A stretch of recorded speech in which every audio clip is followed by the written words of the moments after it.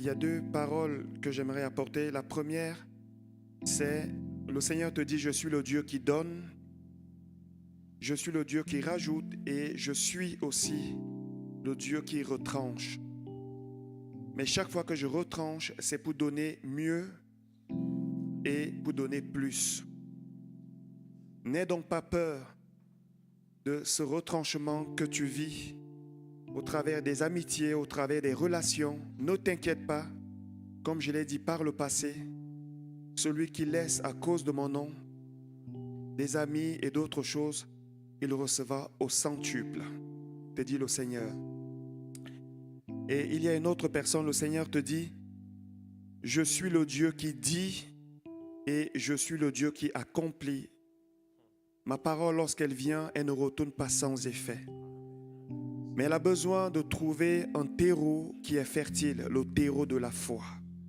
Car ma parole est comme une semence. Lorsqu'elle vient, elle doit trouver une semence. Elle doit trouver une terre, un terreau fertile, te dit le Seigneur. Et ce terreau, c'est la foi, c'est ta foi. Le Seigneur t'invite à renouveler ta foi en lui.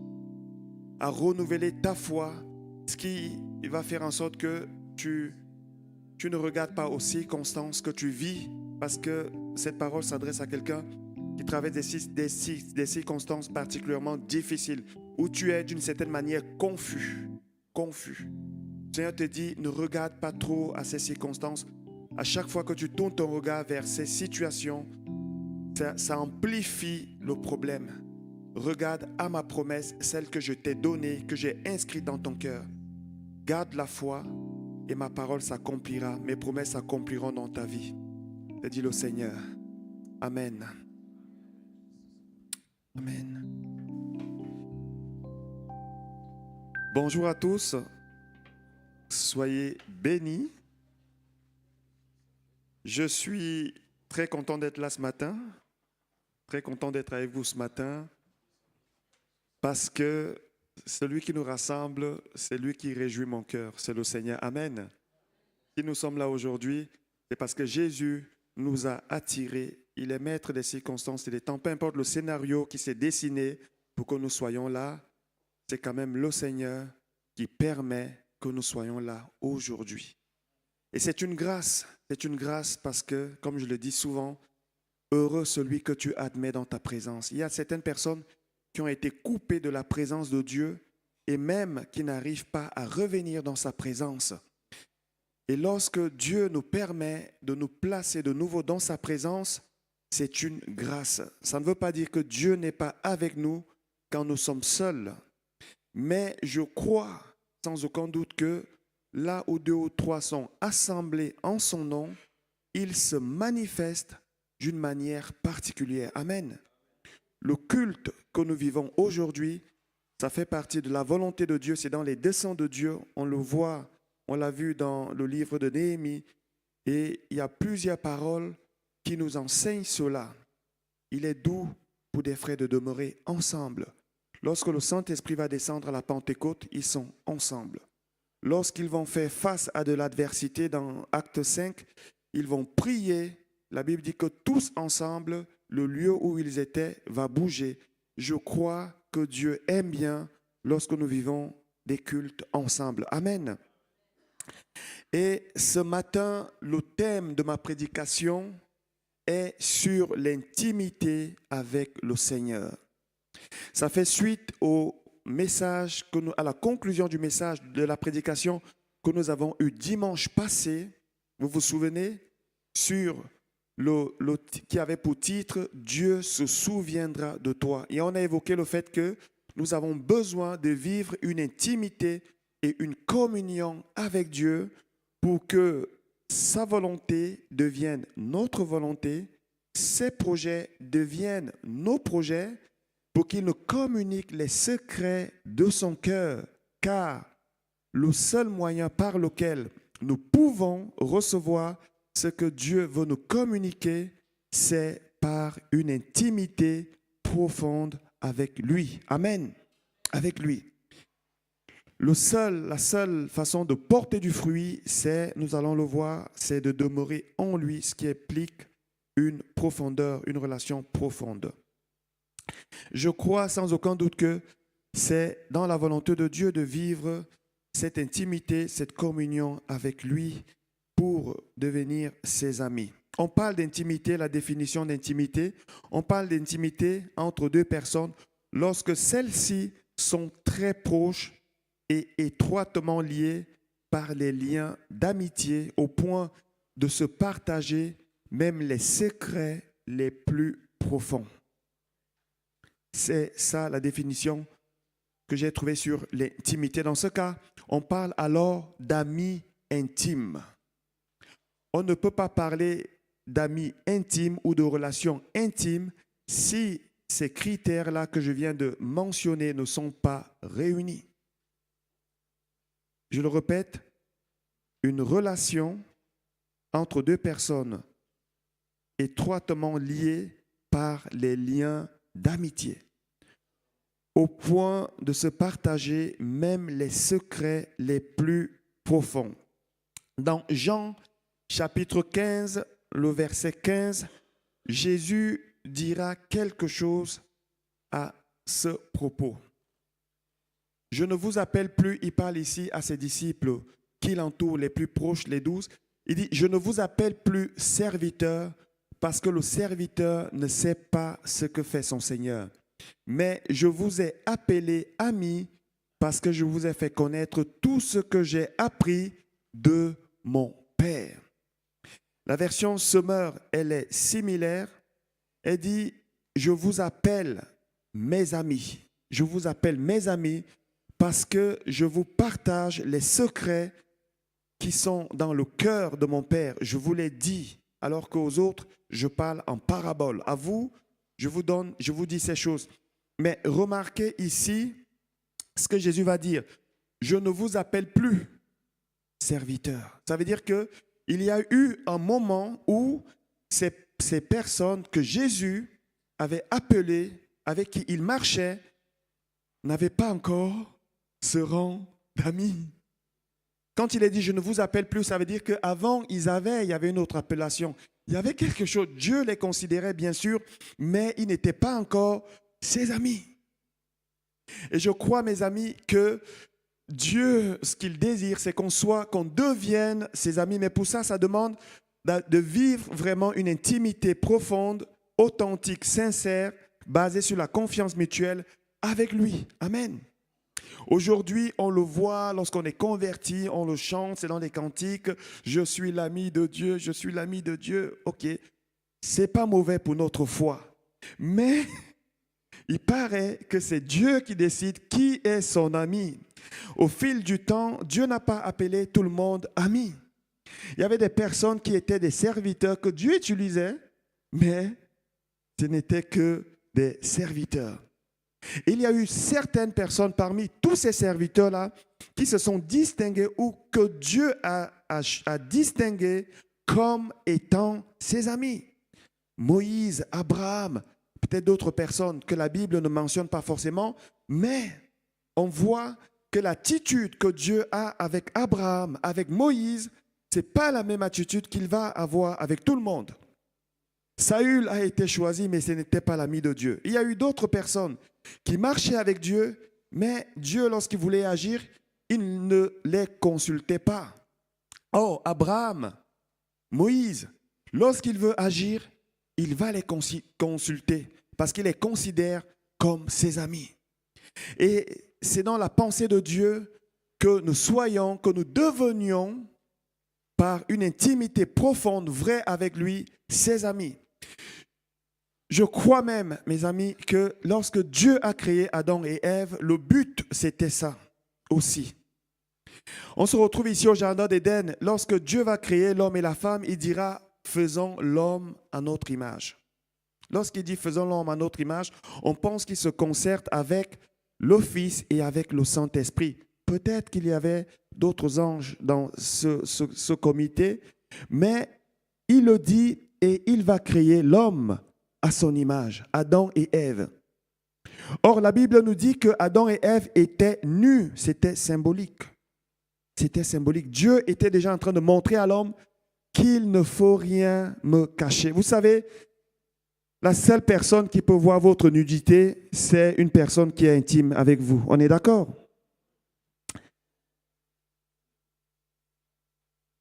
Il y a des enfants ici? Ok. On va essayer de parler en parabole, mais vous allez comprendre mon langage. Lorsque Dieu crée l'homme et la femme, les deux sont nus. Les seules personnes qui pouvaient voir cette intimité-là, c'était le conjoint et Dieu.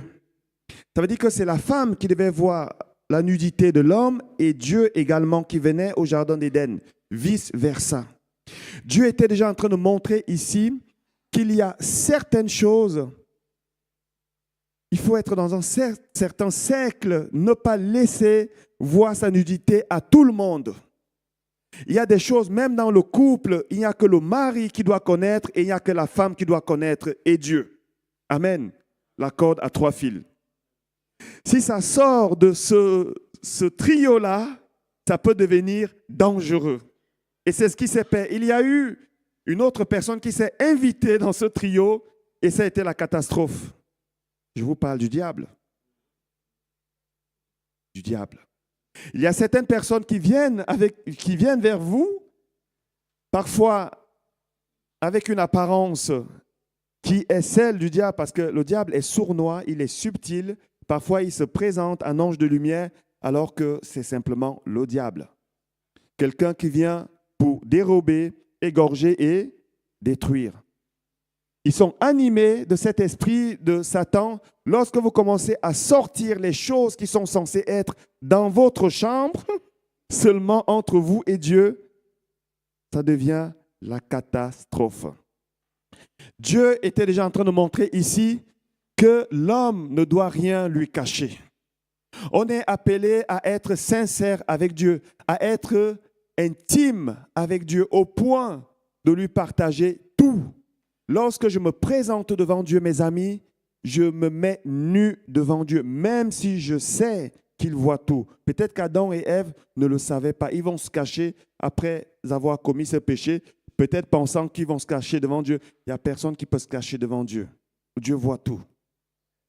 Lorsque c'est mauvais, je dis, Seigneur, me voici, c'est mauvais. Aie pitié. Ne rien cacher à Dieu. Devenir ses amis, son intime, c'était dans la pensée originelle de Dieu lorsqu'il a créé l'homme et la femme. Amen.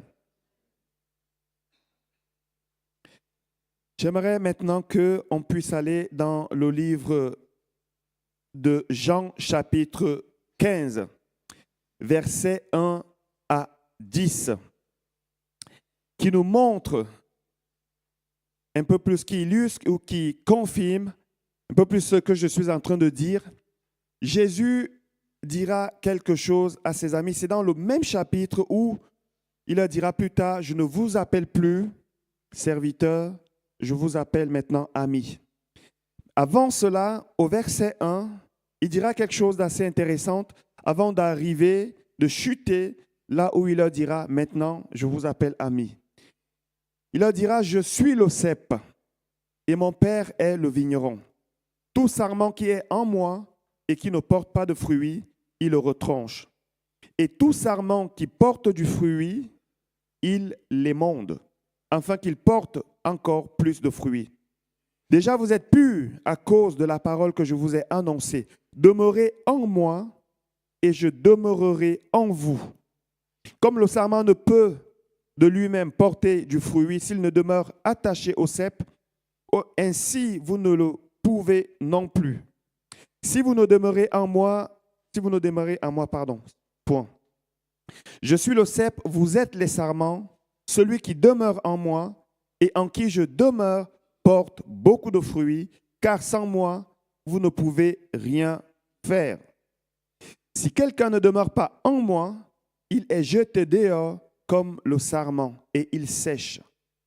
Puis on ramasse les sarments et on les jette au feu et ils brûlent.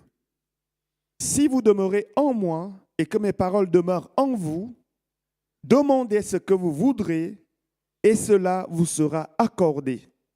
Si vous portez beaucoup de fruits, c'est ainsi que mon Père sera glorifié et que vous serez mes disciples. Amen. Je ne sais pas si vous avez prêté attention, certainement, pour ceux qui ont lu déjà ces passages plusieurs fois. À plusieurs reprises, Jésus dit « Demeurez en moi ». Si vous demeurez en moi. Si vous demeurez en moi. Si on peut les compter, je ne sais pas si on peut les compter ensemble, juste remettre le texte sur le cep, tout sarment qui est en moi, une fois. Il est mon enfant qui porte beaucoup de fruits. Déjà, vous êtes purs à cause de la parole que je vous annoncer. Demeurez en moi, verset 4, 2 fois. Comme le sarment ne peut porter du fruit lui-même s'il ne demeure attaché au cep, ainsi vous ne le pouvez non plus si vous ne demeurez en moi, 3 fois. Je suis le cep, vous êtes les sarments, celui qui demeure en moi, 4 fois. Et en qui je demeure porte beaucoup de fruits. Car sans moi, vous ne pouvez rien faire. Si quelqu'un demeure en moi 5 fois, il ne demeure pas en moi, il est jeté dehors, il sèche, puis on le ramasse, on le jette au feu et il brûle. Si vous demeurez en moi 6 fois et que mes paroles demeurent en vous, demandez ce que vous voudrez, cela vous sera accordé. Si vous portez beaucoup de fruits, ainsi mon Père sera glorifié. À 6 reprises, Jésus va insister en disant « Demeurez en moi ». Le mot « en » ici implique une relation qui est basée sur une profondeur. Une profondeur. Lorsqu'on parle de quelque chose qui est en, ça veut dire que c'est quelque chose qui n'est pas superficiel. Du reste, pour avoir visité une vigne dans le temps, lorsque le Seigneur a commencé à m'expliquer cette parole-là, j'ai compris que si le sarment n'est pas bien attaché au cep, il y a un problème. Quelquefois, soit il donne des mauvais fruits, soit alors il sèche, soit alors il peut rester même stérile. C'est pour ça que vous voyez dans des vignes, parfois vous avez certains sarments qui portent du fruit et d'autres qui ne portent pas, alors qu'ils sont attachés au même cep. Le problème se trouve parfois à l'intérieur. Ceux qui sont bien attachés au cep, qui tirent la sève du cep, sont alimentés et ils peuvent porter du fruit. Ici, Jésus est en train d'insister sur le fait d'avoir une relation qui n'est pas superficielle, mais qui est intime. Amen. Tu demeures en moi et je demeure en toi. Il demeure en nous par le Saint-Esprit, à nous aussi de demeurer en lui. Amen. De demeurer en lui, ce qui implique de prendre du temps dans sa présence. Il y a un autre mot ici qui ressort de ce texte, c'est le fait de demeurer. Jésus n'a pas employé des expressions au hasard. Toutes les expressions qu'il a employées avaient un sens. Lorsqu'il dit demeurer, ça ne veut pas juste dire rester et partir. Le mot demeurer, ici, la définition de demeurer veut dire résider, habiter dans un lieu. Nous sommes appelés à habiter dans la présence de Dieu. C'est ce que David dira. Ce que je désire, c'est habiter dans ta présence. Ça veut dire vivre tous les jours comme étant dans la présence du Très-Haut, dans la présence de Dieu. Prendre du temps. Amen. Cela implique de prendre du temps.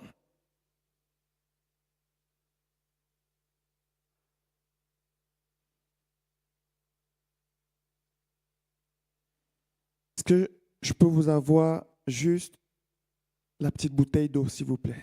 Merci, Pierre-Paul. Merci. Cela implique de prendre du temps. Permettez-moi de prendre du temps pour boire, pour que je puisse avoir une parole qui continue de sortir.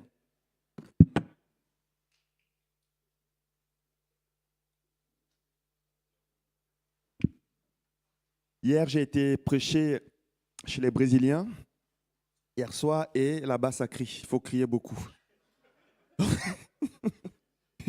C'était bien. Le Seigneur a béni, par contre. Voilà, les conséquences, on les sent aujourd'hui. Il faut prendre du temps avec Dieu. Toute relation qui devient intime nécessite de prendre du temps. Du temps. prendre du temps. Amen. C'est le premier élément que j'aimerais mentionner ici pour devenir un intime de Jésus, parce que je crois, mes amis, on l'a lu, celui qui demeure en lui, ce qu'il demande, lui sera accordé. Et je crois sans aucun doute, je vous assure, je crois sans aucun doute que cette année est une année où le ciel est ouvert. Une année où la grâce de Dieu est prête à se manifester. Et ma prière, c'est que tout le monde puisse recevoir quelque chose de Dieu cette année, afin qu'en fin d'année, même si on sait que quelquefois il y aura des difficultés, les deux marchent ensemble, qu'on puisse dire, oh Seigneur, cette année, tu m'as accordé une grâce spéciale. Amen. Pour recevoir de Dieu, il faut être intime avec lui. Ça demande du temps. Être intime avec quelqu'un, c'est prendre le temps de connaître la personne, d'apprécier la personne, de savoir ce que la personne aime, ce que la personne n'aime pas. Ça implique aussi parfois de sortir quelquefois du bruit de ce monde, de l'agitation, des séductions, de la distraction pour nous recentrer, comme on l'a chanté, sur la personne. Parce que le regard de Dieu, lui, il est toujours centré sur nous. Amen. Nos murs sont devant lui, dit la parole. Nos adversités, nos oppositions, même lorsqu'on pense qu'il nous a perdu de vue, il n'est jamais trop loin. On l'a entendu dans la parole de connaissance ce matin. Le Seigneur est près de toi. Le Seigneur est près de toi. Apprendre à apprécier la personne, ça va demander du temps. Et quelquefois, ça va demander de sortir aussi de l'activisme de ce monde. Vous savez que ce monde est tout le temps en train d'aller de plus en plus vite. Tout est en train d'aller vite. On fabrique des appareils qui vont encore aller plus vite, les 5G qui vont encore beaucoup plus vite, les micro-ondes qui réchauffent les nourritures beaucoup plus vite. Et parfois dans la relation, tout ça, ça nous conditionne. Et on veut dans une relation que les choses aillent aussi vite. Et on est tout le temps dans l'activisme. On fait aujourd'hui, on prie, on sert et on pense que c'est bon. Non, quelquefois, il faut juste s'arrêter dans la présence de Dieu tous les jours, jusqu'à ce qu'on commence à sentir que là, il commence à nous partager les secrets de son cœur. Il commence à nous révéler les choses qui sont cachées. Et ça, c'est la confirmation que quelquefois, il nous considère déjà comme ses amis. Il veut partager des choses avec nous, mais ça demande du temps. On a dans le livre de Luc, chapitre 10, versets 38 à 42, un exemple concret sur ce que je viens de dire, l'agitation et l'activisme, parfois qui nous dérange, qui nous gêne. Je vais le lire. Pendant Jean-Luc 10, 38 à 42, pendant qu'ils étaient en route, Jésus entra dans un village. Là, une femme nommée Marthe l'accueillit dans sa maison. Elle avait une sœur appelée Marie. Celle-ci vint s'asseoir aux pieds de Jésus et elle écoutait ce qu'il disait. Pendant ce temps, Marthe était affairée aux multiples travaux que demande le service. Elle s'approcha de Jésus et lui dit, « Maître, cela ne te dérange pas de voir que ma sœur me laisse seule à servir. Dis-lui donc de m'aider. » Mais le Seigneur lui répondit, « Marthe, Marthe, tu t'inquiètes et tu t'agites pour beaucoup de choses. Il n'y en a qu'une seule qui soit vraiment nécessaire. Marie a choisi la meilleure part et personne ne la lui enlèvera. » Ici, on a un scénario où deux personnes, deux sœurs qui connaissent Jésus, qui sont les amis de Jésus. Il y en a une qui est dans l'agitation, l'activisme. Alors il faut comprendre, Marthe, elle voulait bien faire. Elle voulait bien faire et on a besoin des personnes, des Marthes dans l'Église. On a besoin des personnes qui vont travailler, qui vont servir dans l'Église. L'autre jour, j'étais avec Sylva. On a fait un déménagement ici. On a loué un camion. On a une épicerie. On va la présenter à la fin. Il fallait vider le local, charger, déménager. Je ne vous dis pas comment est-ce que c'était stressant. C'était stressant. On est arrivé en retard pour rendre le camion. Heureusement, Dieu nous a fait grâce. Et là, je me suis dit, je comprends maintenant mieux les disciples qui ont dit, choisissons des personnes pour servir aux tables. Je devais prêcher le lendemain, donc ici et à l'église avec Pierre Vivante et aujourd'hui ici. Heureusement que Dieu est là pour nous soutenir. Beaucoup d'activisme, d'agitation, parfois, n'est pas nécessaire. Mais nous avons besoin des martyrs, des personnes peut-être qui vont décharger ceux qui servent ailleurs. Amen. Donc, si vous êtes là dans l'église, n'hésitez pas. Si vous avez un talent, si vous voulez servir, n'hésitez pas à venir. On va trouver quelque chose à vous faire faire. Mais cependant, Jésus, dans cette histoire, va mettre un accent particulier sur quelque chose d'autre, sur l'attitude de Marie, qui, selon Jésus, est la bonne part. Qu'est-ce que Marie, elle faisait? Elle a pris du temps aux pieds de Jésus. Elle a pris du temps aux pieds de Jésus pour écouter la parole de Jésus. Et vous savez que lorsque quelqu'un prêche par le Saint-Esprit, c'est la parole de Jésus qui est apportée. Amen. Nous ne sommes pas ici pour apporter notre propre parole, mais apporter la parole de Jésus. Elle a pris du temps. Elle a pris du temps. Écoutant la parole, les paroles de Jésus. Et lorsqu'on voit l'attitude de Marie par rapport à Marthe, on voit que Marie, dans l'histoire de Lazare, où Jésus va venir ressusciter Lazare, on voit que Marie a une attitude qui est différente de celle de Marthe. Marthe est toujours dans l'agitation. Et Marie, elle est au pied du maître. En tout cas, dans cette histoire, elle est au pied du maître. Elle a choisi la bonne part. Mais ça demande quelquefois de s'arrêter. Ça demande quelquefois de faire abstraction des réseaux sociaux qui nous distraient et parfois qui nous agitent. Je connais des personnes qui, lorsqu'elles regardent, elles voient une nouvelle, elles commencent à s'exciter, stresser et tout. Ça demande quelquefois de se couper même parfois du monde pour se replier dans la présence de Dieu. C'est ce que Jésus faisait. Quelquefois, la Bible dit qu'il renvoyait la foule. Et je crois sans aucun doute qu'il n'y a personne ici qui est plus bon et plus amour que Jésus. Il renvoyait la foule pour aller dans la présence de Dieu parce qu'il avait besoin de vivre cette intimité avec le Père, de laquelle découlait tout ce qu'il recevait pour ensuite le mettre en pratique. C'est aussi la raison pour laquelle je crois que son ministère a été un sans faute, parce qu'il était connecté, étroitement lié avec le Père. Amen. Un autre point essentiel pour développer cette intimité avec le Seigneur, c'est la confiance mutuelle. On pourrait dire la fidélité. Confiance et fidélité souvent vont ensemble. La confiance mutuelle. La confiance mutuelle. Dieu nous fait confiance. Amen. Dieu te fait confiance. Si tu ne le savais pas, aujourd'hui, je te l'annonce à la lumière de la parole de Dieu que Dieu te fait confiance. Vous savez, Dieu fait confiance même lorsqu'il sait, même lorsqu'il sait qu'on va le trahir. Il fait quand même confiance. Certaines personnes se posent encore la question, mais pourquoi est-ce que Dieu a mis l'arbre de la connaissance du bien et du mal au milieu, au centre d'Éden, là où il aurait pu peut-être le cacher derrière, il l'a mis au milieu. Pourquoi est-ce qu'il a fait? La réponse, elle est simple. Il a fait confiance à Adam et Ève.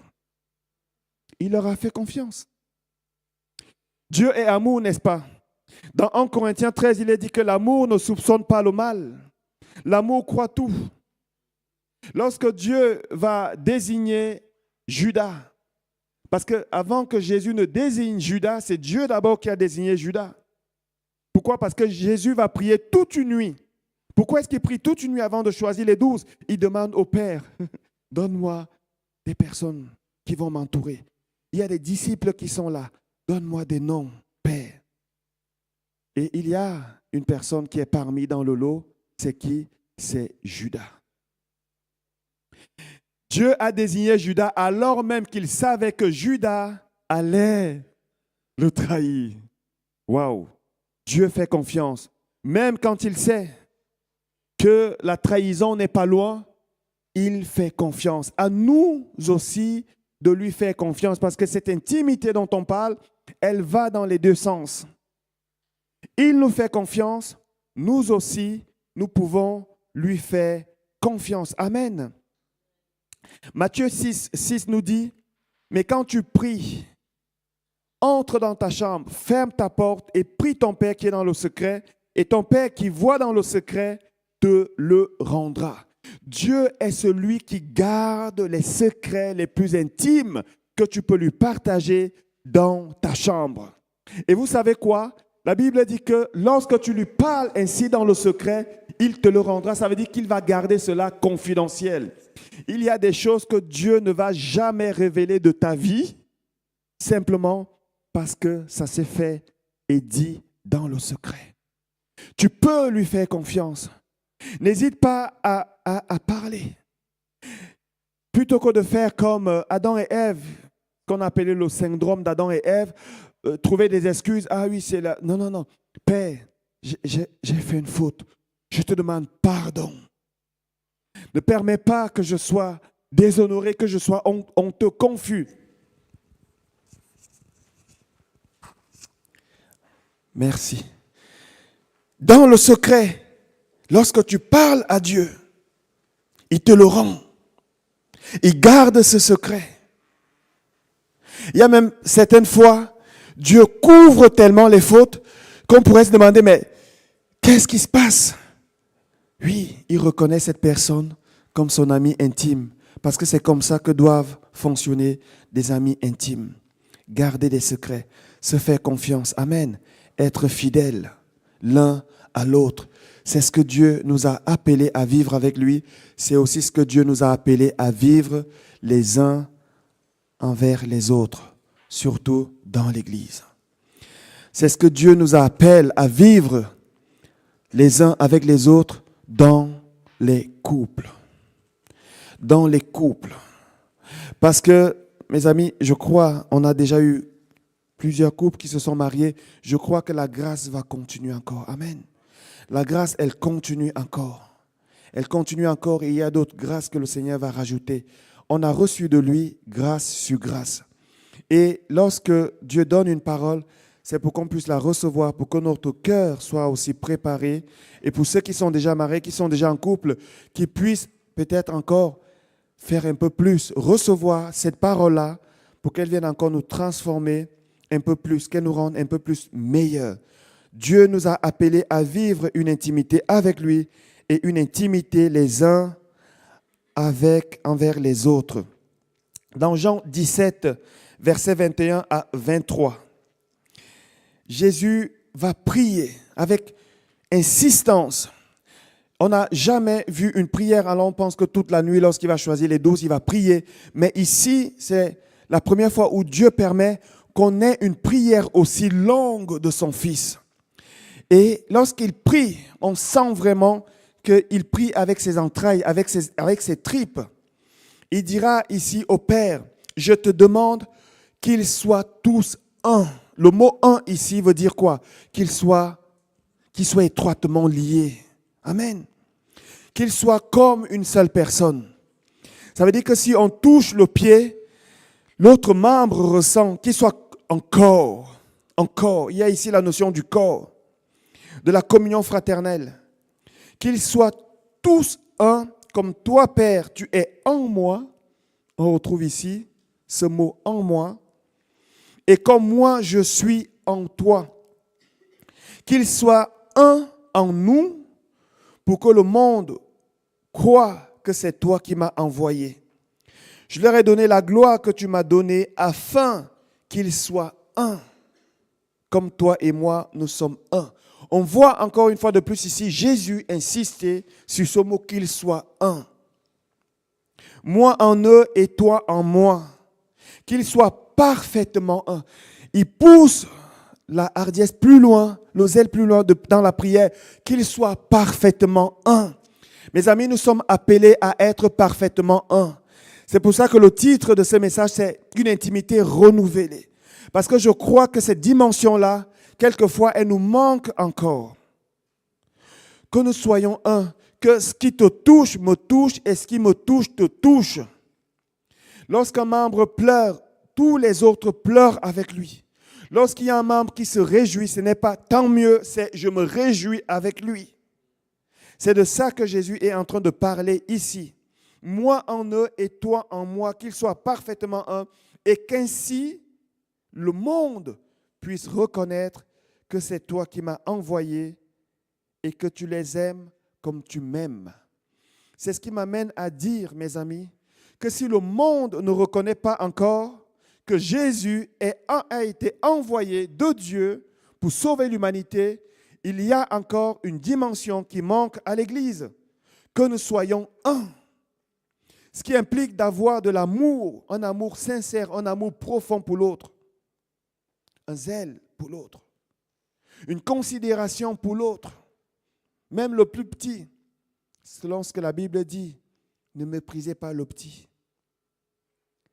D'accueillir l'étranger qui vient parmi nous, peu importe sa couleur, peu importe son origine, peu importe l'accent qu'il a, peu importe. Si Dieu l'a choisi, s'il est devenu enfant de Dieu, c'est mon frère. Amen. Qu'il vienne de l'Afghanistan, qu'il vienne de la Palestine, qu'il vienne d'Israël, s'il a accepté Jésus, c'est mon frère. C'est mon frère. Qu'il soit un en moi, en qui? En Christ. C'est ce que la Bible dit. Et si cette dimension, on ne l'atteint pas, le monde ne verra pas que Jésus a été envoyé de Dieu. Je paraphrase et je prends le contraire de ce que Jésus est en train de dire ici. Dans Acte 2, je termine avec ça, je vais demander aux musiciens de me rejoindre.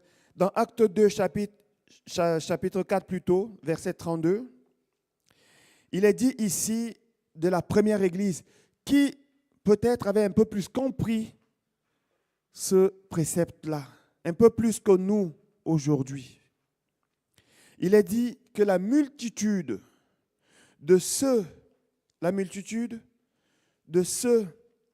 qui avaient cru n'était qu'un cœur et qu'une âme. Ce que Jésus a demandé à Jean 17, la première église l'a vécu. Amen. La multitude de ceux qui avaient cru n'était qu'un cœur, qu'une âme. Nul ne disait que ces biens lui appartiennent en propre, lui appartenaient. Personne nul ne disait que ces biens lui appartenaient, mais tout était commun entre eux. On parle ici d'une communion fraternelle intime où ils sont étroitement liés. Mercredi passé, lorsque nous avons prié ici, il y a eu cette parole de connaissance sur la communion fraternelle. Dieu veut renouveler une communion fraternelle authentique, sincère, basée sur la confiance, non seulement avec lui, mais aussi les uns envers les autres, dans l'Église. C'est le désir de Dieu, c'est le dessein de Dieu, c'est la volonté de Dieu. Du reste, ce matin, la Sainte Seine n'était pas prévue. Ce matin, à 3h30, souvent comme le Seigneur le fait, il me réveille. Souvent, c'est plutôt à 4h, 5h. Aujourd'hui, c'était 3h30. Je me suis dit, Seigneur, quand même, 3h30, c'est tôt. Et j'ai déjà l'habitude, je prends une heure, une bonne heure, parfois plus, dans sa présence, et ensuite, il me laisse dormir. Lorsque je boude, je reste dans l'insomnie à tourner sur le lit jusqu'à ce que je me réveille et que j'aille dans sa présence et que je reçoive les instructions. C'est en ce moment que je reçois que nous devons prendre la Sainte Seine. La Sainte Seine qui nous rappelle l'œuvre de Jésus à la croix, n'est-ce pas? Lorsque nous voyons la croix, nous voyons qu'il y a deux dimensions dans cette croix. La dimension verticale avec Dieu et la dimension horizontale, les uns avec les autres. Amen. C'est pour ça que ce matin, nous allons prendre la Sainte Seine comme un acte de foi où on renouvelle notre intimité avec Dieu. Parce que je crois que même si nous sommes déjà en lui, nous pouvons encore être plus en lui. Dieu, ce qu'il désire, c'est ça, que nous soyons parfaitement un en lui. Parfaitement. Ça veut dire qu'on peut encore se greffer un peu plus. Et deuxièmement, que nous puissions être parfaitement un les uns envers les autres. Mais avant de passer à la Sainte Seine, si on peut reprendre la chanson « Jésus soit le centre », parce que tout vient de lui. Amen. Vous êtes d'accord avec ça? Si on peut juste se lever encore, prendre ce cantique ensemble. « Jésus soit le centre ».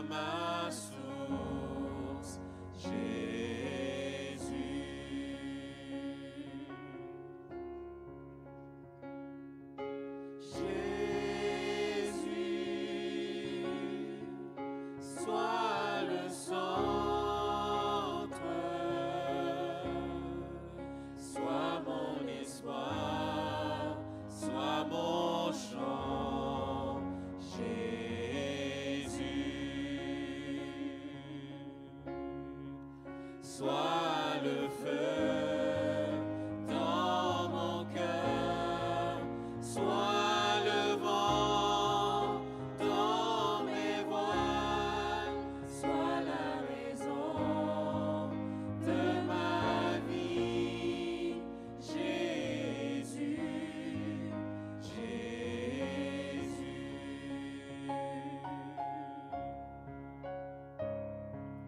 Jésus. Sois le centre, sois ma lumière, sois ma source, Jésus.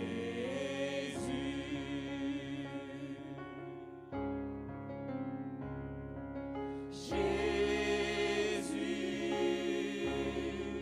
sois ma vision, sois mon chemin, sois mon guide, Jésus.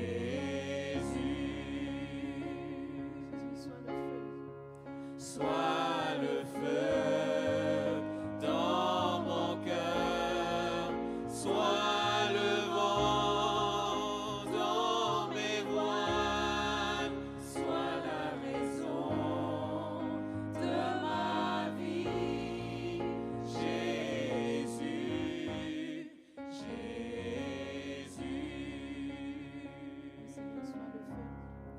Sois le feu dans mon cœur, sois le vent dans mes voiles, sois la raison de ma vie, Jésus, Jésus.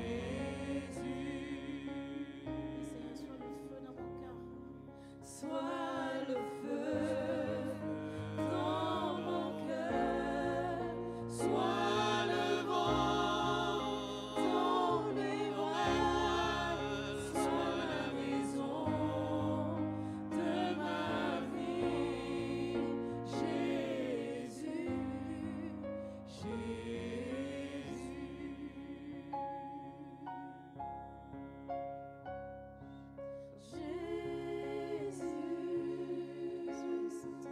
Sois le centre, sois ma lumière, sois ma source, Jésus.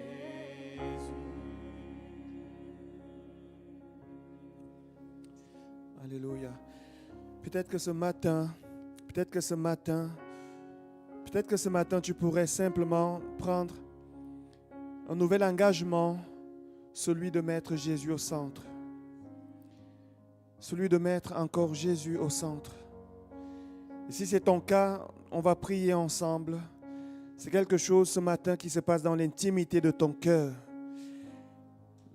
Le culte de ce matin, c'est un culte d'intimité avec Dieu. Alors c'est dans ton cœur que ça se passe. Peut-être pourrais-tu demander simplement à Dieu, à Jésus, d'être au centre de tes préoccupations, d'être au centre de ta vie. Parce que je crois que lorsque Jésus est au centre de ta vie, de tes préoccupations, il te donne de porter du fruit. Il y a une vie qui découle sur toi, qui te donne de porter du fruit. Alors prions ensemble, mes amis, prions ce matin. Seigneur, merci parce que ce matin, tu nous parles, Seigneur, mon Dieu, de l'intimité avec toi. Seigneur, nous voulons retrouver de manière symbolique ce que, Seigneur, Adam et Ève ont vécu avec toi. Cette intimité de cœur, Seigneur, dans laquelle, Seigneur, nous sommes à nu devant toi. Dans laquelle, Seigneur, tu nous communiques tes désirs, les secrets de ton cœur. Tu nous parles, Seigneur, de tes préoccupations pour le monde. Tu nous parles, Seigneur, tu nous donnes le fardeau que tu as, Seigneur, sur les âmes, sur les personnes qui nous entourent. Seigneur, accorde-nous cette grâce. Nous avons, Seigneur, bien souvent mis d'autres choses, Seigneur, au centre de nos vies. Et plus le monde avance, plus il y a de l'agitation, de l'activisme, un intérêt personnel, une vie qui est centrée sur soi.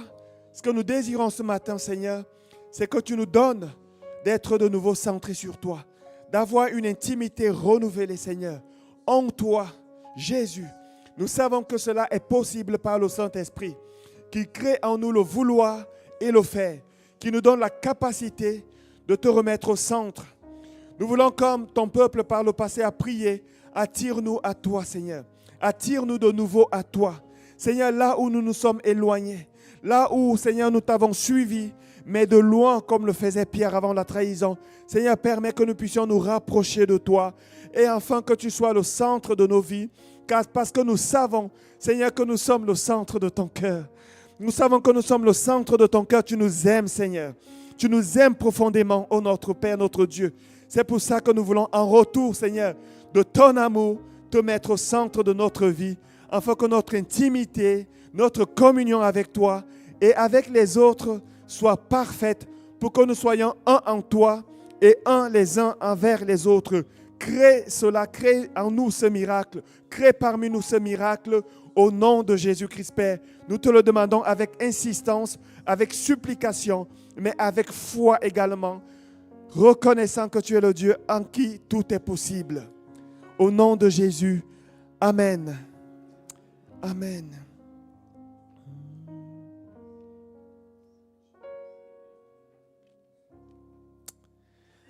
Amen. Dans cette dynamique, vous pouvez prendre place dans cette dynamique, je vais appeler Michel, je vais appeler aussi mon frère Maxime, mon ami Maxime. On va partager la Sainte Seine. On va partager la Sainte Seine. J'aimerais qu'on le fasse d'une manière un peu différente. On va premièrement passer le pain. On va servir le pain. Vous allez tenir votre pain en main. Le pain qui symbolise le corps de Christ. Amen. Le corps de Christ qui a été brisé pour que nous soyons unis ensemble. Et ensuite, on va passer le jus de raisin et le vin pour ceux qui en veulent et on va le prendre ensemble. Amen. Devant le Seigneur et les uns envers avec les autres. Les nations. Mercredi, nous avons notre rencontre de prière à 20h. Rencontre de prière ici à 20h, mercredi, où nous prions pour toutes sortes de sujets qui nous sont apportés. Le Seigneur nous met des sujets aussi à cœur. Souvent, on prie des sujets en rapport avec la prédication du dimanche, mais il y a également d'autres sujets que Dieu met dans nos cœurs. Ça a été le cas lorsque mercredi passé, nous avons prié, nous avions des sujets et Dieu a commencé à nous parler. Il nous a mis le sujet de la communion fraternelle. Il nous a mis d'autres sujets. Et je crois que là où le Saint-Esprit agit, là où on laisse la liberté au Saint-Esprit de se manifester, il peut faire de grandes choses. Mercredi, nous sommes là, ici, tous les mercredis à 20h, pour louer le Seigneur, pour apporter les sujets que vous recevez aussi. Mais on se met aussi à l'écoute pour savoir qu'est-ce qu'il veut nous apporter. N'hésitez pas à venir, n'hésitez pas à attirer des personnes. Si vous connaissez quelqu'un qui est malade, qui a besoin de prière, n'hésitez pas à l'inviter. J'aime bien ce témoignage d'un ami qui m'est très cher, Mathieu Mensa, que Guy et Ruth connaissent très bien. Quelqu'un qui a été handicapé à cause d'une maladie, mais il continue de prier pour des gens et il voit Dieu guérir ces personnes. Même si on n'est pas bien, ce n'est pas notre témoignage qui fait foi, ce n'est pas notre témoignage qui est la vérité absolue arrêtée, c'est ce qu'il dit dans sa parole. Attirer des personnes, on va prier pour elles et Dieu peut agir. Amen. Mercredi à 20h, nous continuons l'étude biblique tous les jeudis à 20h sur Zoom. Nous avons une étude biblique. Ce qui est intéressant avec cette étude biblique qui est sur le livre de Néhémie, nous arrivons presque à la fin, c'est que Dieu commence à nous faire vivre un peu les choses qui se passent dans ce livre-là. La reconstruction de la muraille, mais pas que. La reconstruction de tout, de la communauté, des fonctions sacerdotales qui sont remises en place, de beaucoup de choses. Et je crois, d'après ce que je vois, puisque je m'appelle Thomas, que Dieu est en train d'agir dans l'Église. Il est en train de faire des choses dans l'Église qui sont en rapport avec ce que nous lisons, ce que nous étudions. Donc, nous vous encourageons. Il nous reste, je pense, 3 chapitres seulement. Mais vous pouvez vous connecter. Jean-Michel, mon ami intime, mon ami profond, de longue date, se connecte tous les jeudis. S'il arrive à le faire, vous pouvez aussi. Parce que Jean-Michel, et je m'excuse de dénoncer nos secrets, Jean-Michel et la nouvelle technologie, parfois ça fait deux. J'ai réussi à le tirer et il y arrive très bien, parfaitement. N'est-ce pas? Il se connecte très bien tout seul. Donc vous pouvez aussi le faire tous les jeudis à 20h sur Zoom. Le groupe de jeunes, tous les vendredis. Non, alors j'ai demandé qu'on fasse une nouvelle affiche. C'est un vendredi sur 2 maintenant. Donc ça n'a pas encore été fait, on va mettre ça à jour. Un vendredi sur 2, les jeunes se retrouvent ici. Et à ce propos, les jeunes ont quelque chose à nous dire. Qui a été désigné pour nous apporter un résumé de ce que vous avez? C'est Cameron? Est-ce que tu veux bien venir, Cameron? Est-ce qu'il a assez de courage? Il a noté. Est-ce qu'on peut l'applaudir?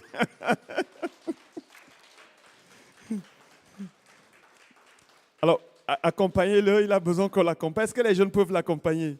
Venez avec lui, s'il vous plaît. Soyez pas timide. Bon, il y en a un qui l'accompagne, c'est son garde du corps. Ils m'ont dit, il paraît, parce que ça m'a été apporté, ils ont parlé entre eux, alors j'ai entendu comme ça que souvent, quand ils sont ici, on leur pose des questions et puis ils sont un peu gênés. Cette fois-ci, je vous laisse le micro, vous dites ce que vous voulez et il n'y aura pas de questions après. Bonjour, je m'appelle Cameron et je vais vous présenter ce qu'on a fait au groupe de jeunes. Alors en premier, je voulais juste vous dire que du coup, on fait le groupe de jeunes un vendredi sur 2 et que si vous avez des enfants, vous voulez les inviter et venir. Alors, on a travaillé sur le verset, sur Genèse 19, verset 12 jusqu'au verset 29. Et je voulais vous lire le chapitre.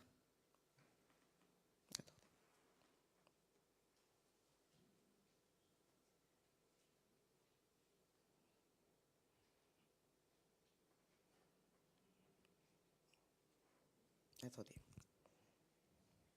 Les hommes dirent à Lot, qui as-tu encore ici, gendre, fils et filles, et tout ce qui t'appartient dans la ville, fais-les sortir de ce lieu.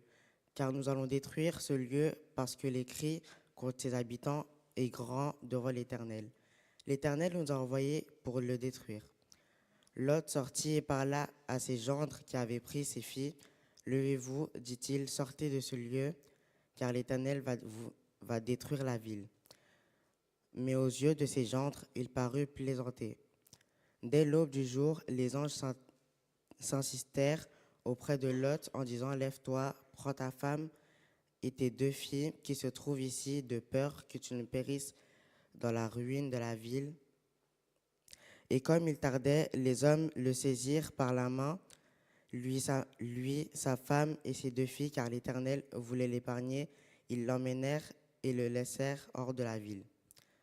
Après les avoir fait sortir, l'un d'eux dit « Sauve-toi pour ta vie, ne regarde pas derrière toi et ne t'arrête pas dans toute la peine, sauve-toi vers la montagne, de peur que tu ne périsses. » Lot leur dit « Oh non, Seigneur, voici j'ai trouvé grâce à tes yeux et tu as montré la grandeur de ta miséricorde à mon égard en me conservant la vie, mais je ne puis me sauver à la montagne avant que le désastre m'atteigne et je périrai. Voici cette ville est assez proche pour que je me réfugie et elle est petite. Oh, que je puisse m'y sauver, n'est-elle pas petite et que mon âme vive? Et il dit, voici, je t'accorde encore cette grâce et je ne détruirai pas la ville dont tu parles. Hâte-toi de t'y réfugier, car je ne puis rien faire jusqu'à ce que tu y sois arrivé. C'est pour cela que l'on a donné à cette ville le nom de Tsoar. Le soleil se levait sur la terre lorsque Lot entra dans Tsoar. Alors l'Éternel fit pleuvoir du ciel sur Sodome et sur Gomorrhe du soufre et du feu de par l'Éternel. Il détruisit ces villes, toute la peine et les habitants des villes et les plans de la terre. La femme de Lot regarda en arrière et elle devint une statue de sel. Abraham se leva de bon matin pour aller au lieu où il s'était tenu en présence de l'Éternel. Il porta ses regards du côté de Sodome et de Gomorrhe et sur tout le territoire de la peine, et voici il vit s'élever la terre comme la fumée d'une fournaise. Lorsque Dieu détruisit les villes de la peine, il se souvint d'Abraham et il fit échapper Lot du milieu du désastre par lequel il bouleversa les villes où Lot avait établi sa demeure. J'ai fini et moi je voulais dire ce que j'avais trouvé intéressant de ce verset. Je voulais juste dire qu'il faut toujours suivre Dieu, toujours faire ce qu'il dit et qu'il sera toujours avec nous et il ne faut jamais l'abandonner. Merci.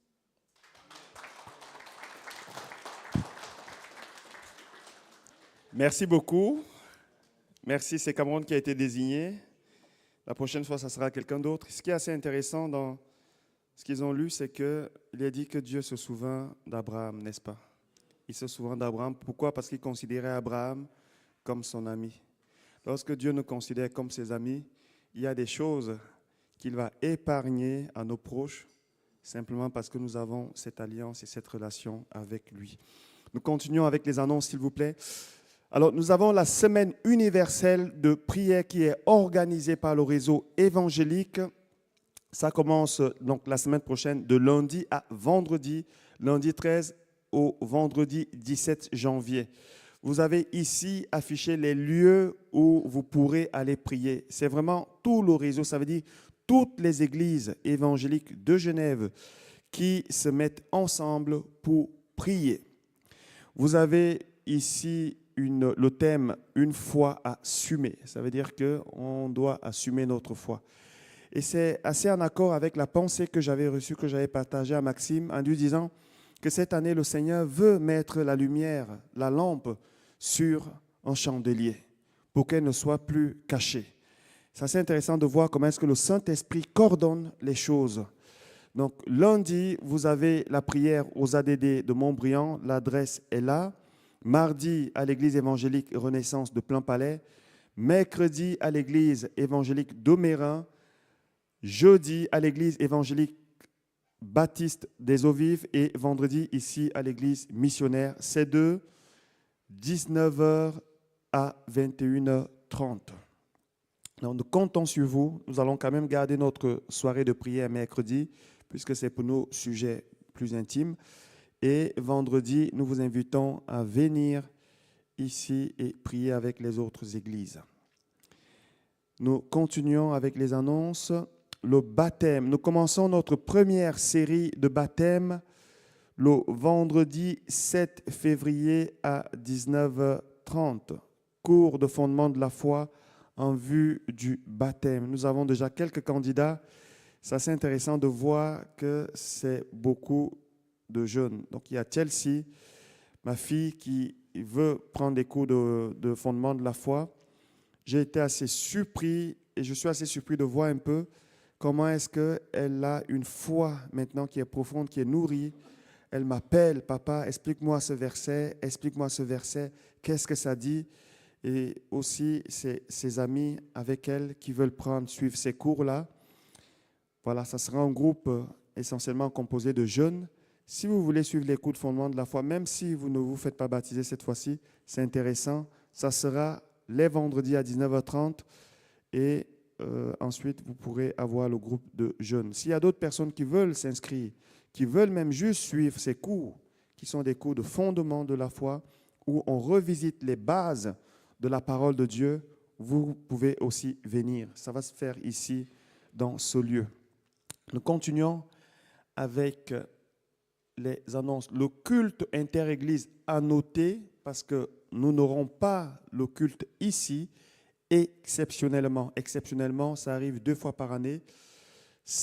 La première fois, c'est le 9 février 2025 de 10h à 16h à Palexpo. Le culte inter-église. Ça veut dire avec toutes les églises. Souvent, ça rassemble entre 2 3 000, 4 000 personnes.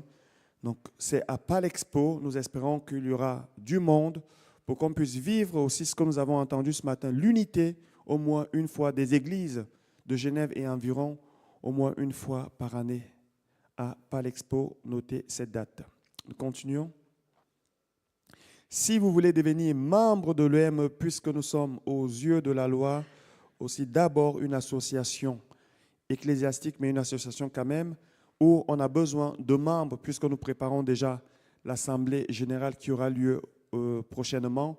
Si vous voulez être membre de l'Église, c'est-à-dire vous voulez voter, vous voulez participer aux réunions, aux assemblées générales, dire ce que vous pensez de l'Église, pas trop quand même, surtout quand ça va dans tous les sens, mais restons sages, faisons preuve d'amour, de communion fraternelle, de respect et de discernement. Si vous voulez faire partie de l'Église missionnaire, recevoir aussi le courriel et les informations, n'hésitez pas à envoyer votre nom, un mail à l'adresse qui est affichée juste là, secrétariat@emege.ch. secrétariat@emege.ch. Ça concerne bien sûr des personnes qui sont en présentiel. Je sais qu'il y a d'autres personnes qui nous écoutent, qui nous regardent. Corinne Motet, que j'ai encore eu, qui regarde les cultes et connaît toute ma vie, tout ce que j'ai traversé, elle connaît. Elle dit Paris, Cameroun et tout. Que le Seigneur te bénisse, Corinne. Nous sommes aussi avec toi en esprit, en pensée. Que le Seigneur soit avec toi et toutes les autres personnes qui nous regardent actuellement sur la chaîne YouTube. Voilà, c'est noté, secrétariat@emege.ch. On continue. Nous avons prié, nous avons médité sur ça et cette fois-ci, c'est fait. L'épicerie de Sarepta est officiellement ouverte. Elle est au moins 1. Donnez et servez-vous gratuitement. Le but ici, c'est que si vous avez un peu plus, vous pouvez apporter certains aliments. On va dresser une liste. Et si vous n'en avez pas, si vous manquez quelque chose, peut-être un dimanche, vous avez oublié de faire des courses, vous avez peut-être besoin d'un paquet de riz, sel ou toute autre chose, vous descendez visiter l'épicerie qui est juste au sous-sol, qui a été nettoyée, lavée, désinfectée. Vous prenez ce que vous avez à prendre gratuitement. Ça concerne les membres de l'Église, premièrement. Maintenant, si vous connaissez quelqu'un, un ami, un frère, une sœur, peut-être à l'extérieur qui a besoin, n'hésitez pas à prendre quelque chose et aller lui donner. C'est aussi ça, manifester l'amour de Christ. Amen. Donc voilà, c'est ouvert. Matthieu 25, 35 dit, en effet, j'ai eu faim, vous m'avez donné à manger, j'ai eu soif, vous m'avez donné à boire. J'étais étranger et vous m'avez accueilli. Quelquefois, nous donnons sans même savoir que c'est à Dieu que nous donnons. Puisque ces gens dont il est fait mention ici dans la Bible diront, mais quand est-ce qu'on t'a vu, on t'a donné ça? C'est aussi par ces moyens-là que nous pouvons donner de la part de Jésus. Amen. À part s'il y a encore d'autres. Oui. Alors, nous allons... Hein? OK. Alors, on m'a fait signe qu'on doit quand même recueillir l'offrande. Vous savez, l'offrande, ça fait partie aussi d'un don qu'on fait à Dieu. Ça peut être aussi une forme de reconnaissance. Et même, ça peut aussi faire partie d'une forme d'adoration. On adore Dieu avec tout ce qu'on est. Mon âme bénit l'Éternel, que tout ce qui est à moi bénisse en son nom. Même mon portefeuille, que tout ce qui est à moi bénisse en son nom. Mais cependant que chacun donne comme il a résolu dans son cœur, car Dieu aime celui qui donne avec joie. Je tiens aussi à remercier tous les donateurs, si nous sommes encore là aujourd'hui, si nous pouvons encore assumer les coûts de ce local et de tout ce que nous faisons, c'est aussi grâce à vous. Gloire à Dieu, mais merci à vous qui donnez généreusement. Que le Seigneur vous bénisse. Amen. Voilà, je crois que cette fois-ci, c'est tout bon. Cette fois-ci, c'est tout bon. Nous allons nous lever, nous allons bénir. On a déjà prié pour les nouvelles personnes. Et ensuite, nous allons mettre fin à ce moment. Ne partez pas tout de suite. Quand vous avez fini, allez visiter l'épicerie en bas. C'est toujours bien de s'intéresser aux activités de l'Église. Faites un petit tour. Saluez un frère ou une sœur. C'est aussi ça la communion fraternelle. Éternel Père, Saint notre Dieu, nous croyons que nous avons vécu ce culte sous ton regard et nous avons été conduits par ton esprit. C'est la raison pour laquelle nous voulons aussi te donner toute la gloire. Nous te remercions pour tout ce que tu es en train de faire, pour tout ce que tu es en train de manifester, pour tout ce que tu veux manifester, Seigneur, tout au long de cette année 2025. Nous sommes dans l'expectative, Seigneur, de ce que tu vas faire, car nous savons que tu es un bon Dieu, un bon Père et un grand Dieu. Nous disposons nos cœurs, Père éternel, à recevoir de toi les instructions, Seigneur, tes projets, ta volonté, et nous te demandons, Père Saint, de nous aider par le Saint-Esprit à les mettre en pratique.